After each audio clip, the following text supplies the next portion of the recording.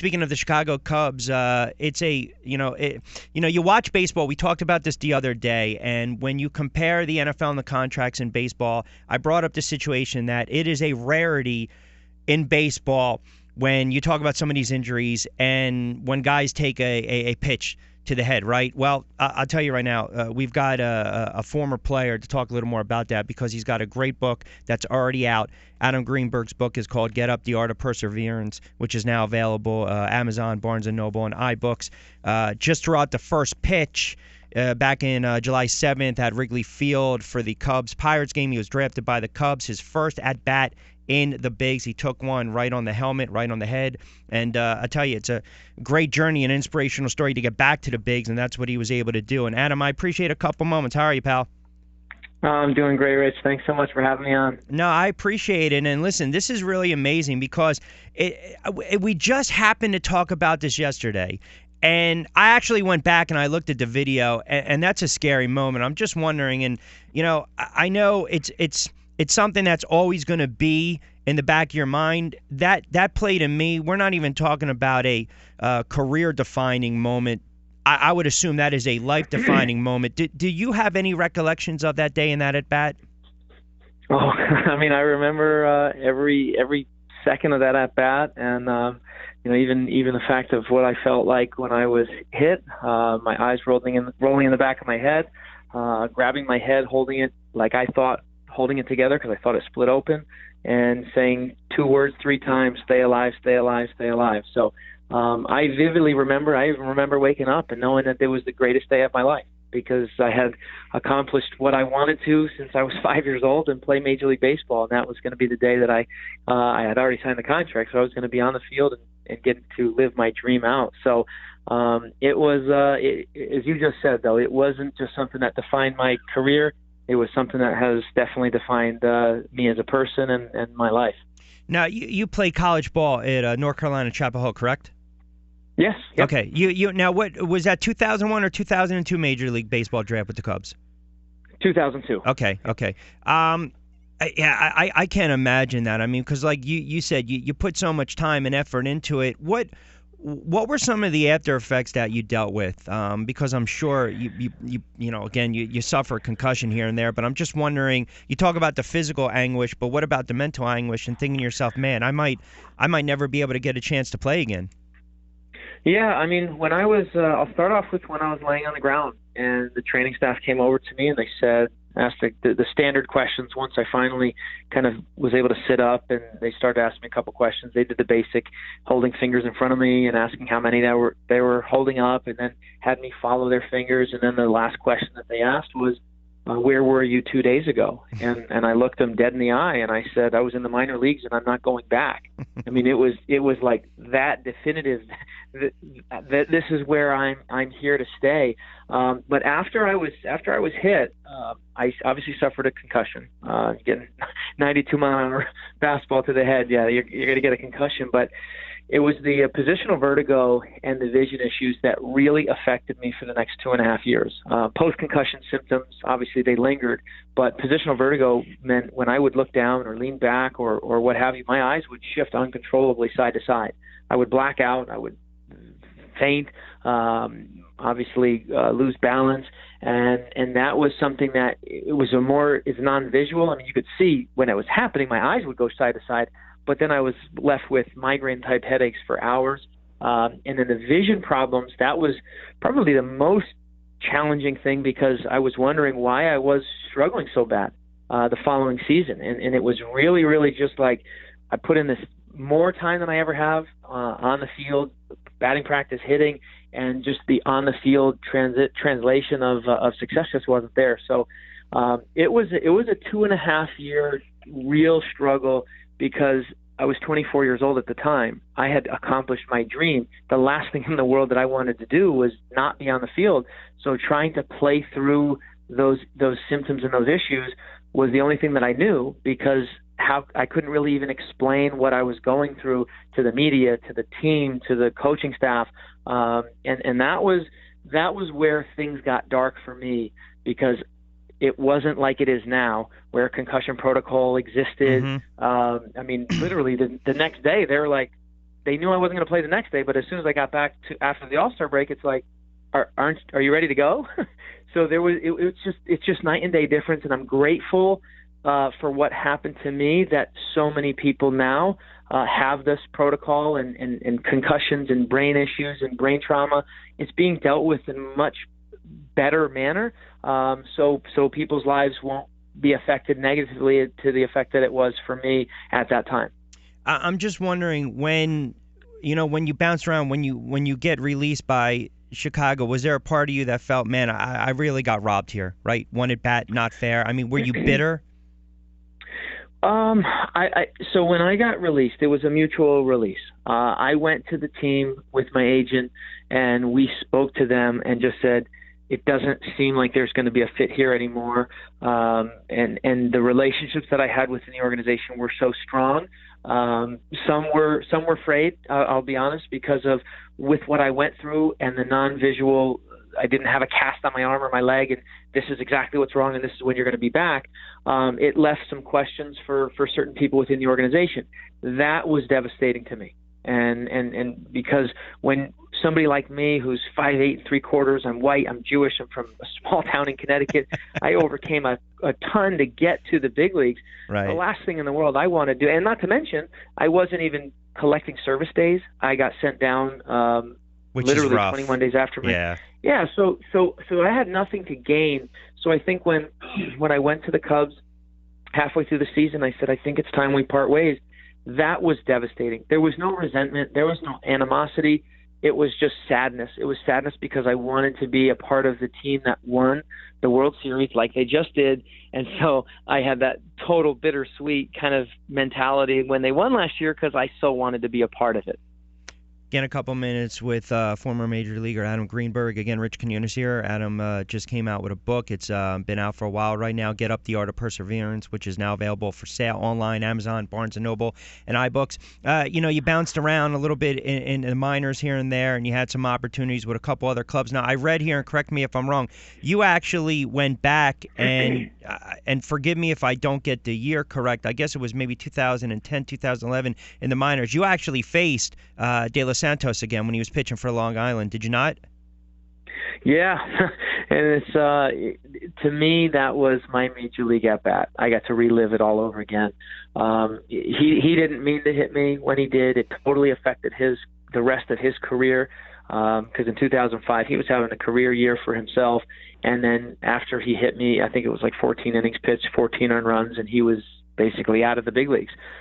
So we both found ourselves in independent ball, just had shoulder surgery, came back in 5 months instead of 10 that they were saying, and I was on the field opening night of the season. And sure enough, De Los Santos comes in the 8th inning, and I got to face him. So it was literally like reliving that at bat. And the first pitch he threw me was a cut fastball at about 90 miles an hour in at my hip, and I kind of stepped out of the batter's box. I looked at him, was like, really? You're going to throw something in at me? I'm thinking he's going to throw way the heck away, ball one. But it was. I looked at him and really just kind of locked eyes, and I was like, all right, let's go. If you're good now, I'm good. And there was no way in heck he was going to get me out that at bat. I fought off a couple pitches, 1-2, threw me a couple sliders, and then I finally hooked one in the hole for a base hit. So for me, you want to call it redemption, you want to call it whatever. I just call it. It was special, and it was an at bat that I'll cherish forever. Because it felt like there was 50,000 people in the stadium. There might have been 500, but for he and I, it was really cool to kind of close the book on that chapter. You brought up something really interesting. Is people, I think sometimes you always look at the player that got hit, and sometimes you forget about the player or the pitcher in this case throwing that pitch and how it can affect.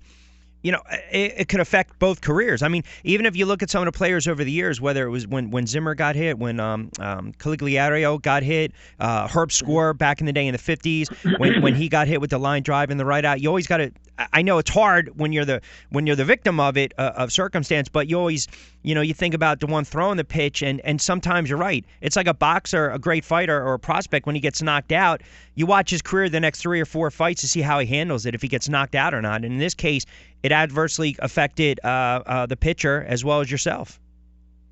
Yeah, and I always like to make clear mention of that, because whatever life throws, and I just kind of make the analogy, life throws you curveballs, but for me, life threw me a 90-mile-an-hour fastball in the back of my head. But everyone involved, it impacts them, and it certainly did impact him just as much as it did me. But he wasn't, I'm sure, getting the questions that I was. He had nothing visual. He wasn't injured. Yep. It was all upstairs. It was all mental. And it wasn't until an interview that he did with ESPN Outside the Lines, I believe it was 2012, that and I hadn't really had any communication with him, and I saw him being interviewed, and he said, the first thing that I thought was, this kid's dead. And I'd never heard anything like that from him. So to hear 7 years later in an interview him saying that, no wonder he was affected. Yeah. And so everything in life that anyone gets thrown at, everyone is going to react and respond differently. So I was sad for me that it happened, because I wanted to play. And I'm also sad for him, because he didn't want that to happen to him in his career and feel like he almost killed somebody. So it's kind of how you deal with and handle adversity when it strikes, and that's really the point of the book. Whether you're a sports fan, Yep. which most people listening to this show obviously are, but even not. I mean, it's really just about life and overcoming obstacles and challenges, and we've been dealt a hand, and we just have to make the best of it, because life's going to go with or without us. And I kind of like to choose that get up mentality. So when I hear somebody was affected, it's whatever I can do for him to help him is gonna ultimately help me as well. You eventually had another at bat when there was an online petition started for yourself, a campaign, and it got through with the Marlins, and it was a game against the Mets. And I actually, I know you struck out on 3 pitches, but who cares about that? I think the best compliment you probably got, and you already know this, I guess they asked RA Dickey, how are you going to face him? And he said, listen, I'm facing this kid like he's any other major league hitter. To me, that's a compliment. Yeah, I mean, that whole experience was a compliment, and you said it best. There was one group of people that I cared about. And sorry for this, I didn't care about the media. I didn't care about the fans. I didn't care about my family. I didn't care about my friends. I cared about the guys who were playing the game and who have ever played the game. And that was it. What they felt about my situation getting called back up the way that I did. And it was because I earned it on the field. I always want to make sure, because I'm not a charity case. I earned it the first time, and I earned it the second time. Right. So to hear the Cy Young Award-winning knuckleballer, yes, of course I get to face him after 7 years in his best year, but I get to face him and have him say he's going to pitch me like the big leaguer that I am, and have my teammates stand up and say in the clubhouse, guys, he's a part of our team. This is not a circus. This is not a joke. I played with him in this organization. I played with him in this organization. And a lot of those guys, that was the definitive factor for me that I deserved to be there. And not like, that's not my personality, me, but it felt so good to be welcomed and received by my teammates and by the players and the training and the coaching staff in the big leagues, that I was like, this is it. I'm at peace with anything that happens tomorrow in baseball. So you said the at bat, I struck out. Every time I see it, I beg and plead, just get a hit. Right. But that's not my story, and that's not life's story. It doesn't always have to be the result of when you get to wherever your final destination is. It's the journey leading up to it, and then what do you do after that happens? No, I agree 100%. And you're right. I mean, especially, listen, to go through what you did, or any player for that matter, to deal with that type of adversity, but still want to pursue the dream and get out there, and whether you get that at bat or not, whether you hit you drive in a run or hit a bloop single or you strike out, just the fact that you've almost like trained yourself to not give up, right? I mean, that's the thing, right? The minors, it's so hard because guys toil around. Look what Tebow's doing right now, and he's actually showing that he can play a little bit. Now, listen, people, and I was a little indifferent, but you can't knock a guy for wanting to pursue his dream, whether it's ridiculous or not. You just got to respect that. Well, that's it. Passion is everything, and you kind of were talking about a few things, and it is a skill. It is an art, and you have to work at it. Hence the term of the title of my book. It's Get Up, the art of perseverance. It's not saying everyone has it, but you have to work at it. And I don't think Tebow cares what anyone says. And he shouldn't, because if he wants to and he has the passion, then if somebody's going to give him the opportunity, then by all means go. And I think it comes in play with a lot of guys in sports. In sports, when somebody is getting older and they're not performing at that level that they were used to or accustomed to or the fans are used to seeing, they're always saying, oh, he should retire. I mean, how many times have you guys had that conversation of anybody? Say it a lot on the air, yeah. So, but who's the one to determine that? If somebody's going to pay somebody or somebody's going to sign them, if they want to go out on their terms because that's what they love and that's what they know, well, who's to say that they're wrong? It's the passion and the drive and the wanting to persevere through whatever challenges that they have. When somebody's getting older, guess what? It's just more obstacles, it's more challenges. And you want to prove to yourself. It's not that you're going to be the guy that you were necessarily, but it's just a new challenge for guys and people who are competitive. How can you fault them for that? So a guy like Tebow, I respect him to no end. Whether he makes it or not, of course, in his mind right now, he believes he's going to. No question. Otherwise, he wouldn't be doing this. But if he doesn't, once he's done, he can know and lay his head down at night because we're not him. We're not in his mind. Just like the same way I had people all the time. Why are you still doing this? I was making $2,000 a month for 5 months with no health insurance in my 30s. What was I doing? Why was I doing it? Because I had a drive and a passion and determination that there was no price tag on. Right. You weren't going to take it away, because when I laid my head down at night, and this is the truth, I was never at peace. I was never comfortable knowing that I had not made it back to the big leagues. So everyone has their own drivers, their own things, and yep. if it's filled with passion, let them go. It's awesome. Support it, because I think people should take something from that instead of knocking it. Join it. Not go play a sport and try to do it, but learn from watching somebody with passion what that's like and the quality of that person's life. Because I guarantee you, quality of those people's lives ultimately has just more happiness. Not just about money; it's about happiness. And God bless him for doing what he's doing. Couple more before I let you get out of here. Do you follow the game still? Obviously you missed the game, so it's a foolish question to even ask. But do you follow the game? Right? Do you follow the game like are you watching like MLB? You watching these games on ESPN, or do you just kind of catch them from time to time? I don't watch as much as I did when I was young, for sure. I was just at the All-Star game. I just went to the Home Run Derby. When I see the guys on MLB TV or MLB Network or ESPN or what, I love it. I always have a place in my heart for the game of baseball. I'm a fan of the sport, less a specific team. I grew up a Yankee fan. I played for the Cubs, played for the Marlins, played for a ton of teams. So I have ties all over. So when I was down at the All-Star game and I was running into, I'm like, man, I know a lot of people just because I play for so many teams.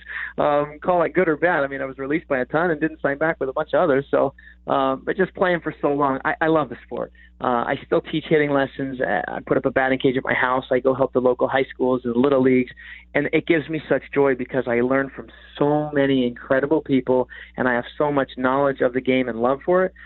I've got to be a part at some level. So I have a son now. He's 18 months. He's obsessed with the game. We'll play catch. Yes, he's 18 months, and he's hitting the ball off a tee, and he wants to just hit. He says, bat, ball.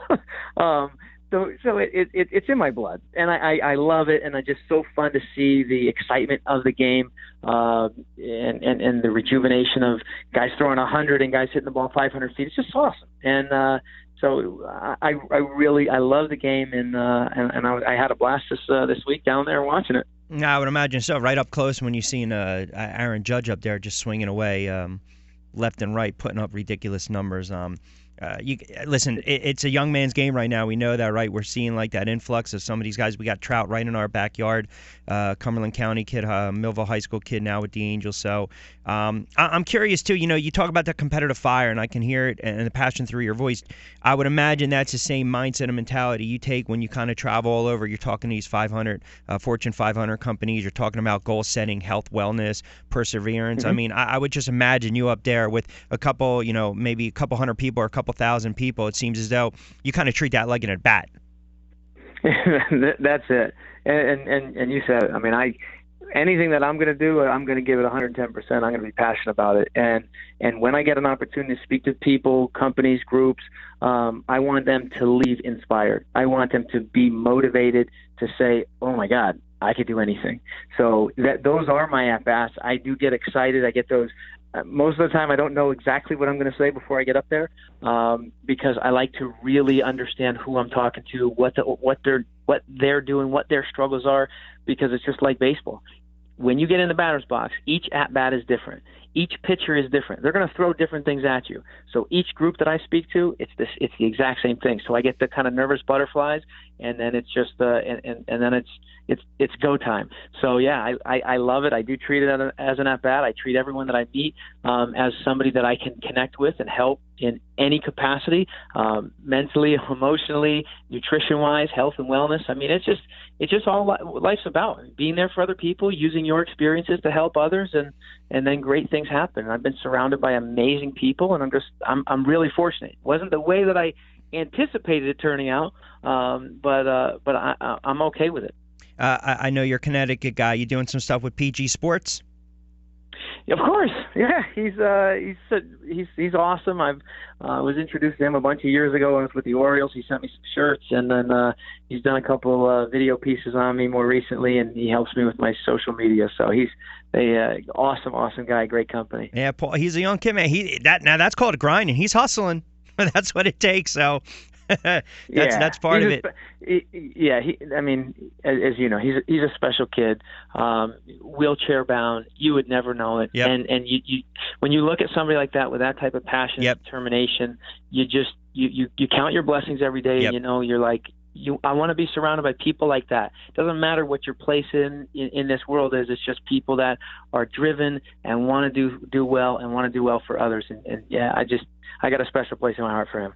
No, he's a good kid, and he's got a good heart as well, a good product too. Well, listen, hey, the best of luck with the book. I think it's a great story. I think it's the epitome of perseverance. Like you said, it doesn't always have to be sports. It's just life in general, right? It's cliche, but you get knocked down. It's the ones that get back up, not the ones that kind of hide under the covers. You gotta get up every day, and you gotta produce. I mean, at the end of the day, you just gotta keep going. And I think that's exactly what you've done. So congrats on the book. The best of luck of going forward. Listen, I'm sure it might be a movie one day. We have to grab the rights for that. Could be something with Disney. Who knows? Hey, give me a call. You got my number. You got it. All right. We'll right. The paperwork is coming through as we speak.